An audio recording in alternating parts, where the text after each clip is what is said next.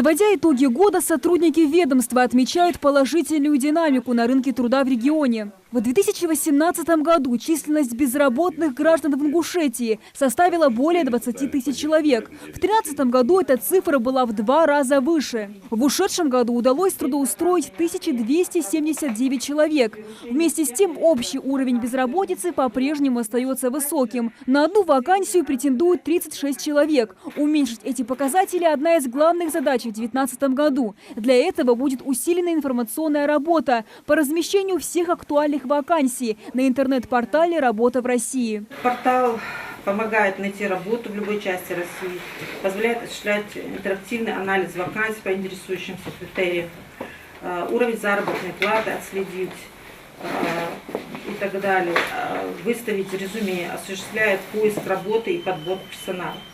При желании можно самостоятельно посмотреть, подобрать вакансии на портале «Работа в России», в разделе «Найти работу». Нужно выбрать регион или другой интересующийся регион, город, район, указав профессию, специальность, и спокойно работодатель может найти себе работу.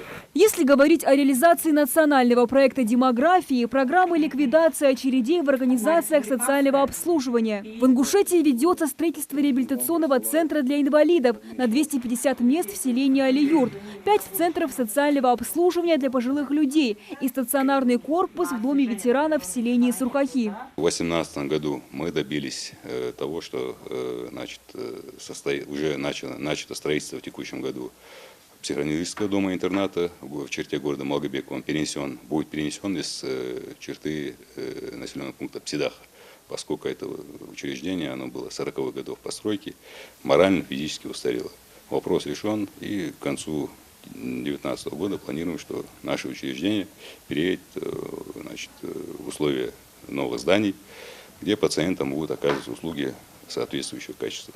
Говоря об улучшении жизни населения, в Минтруде отметили, что в прошлом году путевки на санаторно-курортное лечение получили 199 человек. Также была проведена и летняя оздоровительная кампания. Около 5000 детей смогли отдохнуть в 4 республиканских лагерях. В целом мы реализовали возложенные на нас задачи правительством.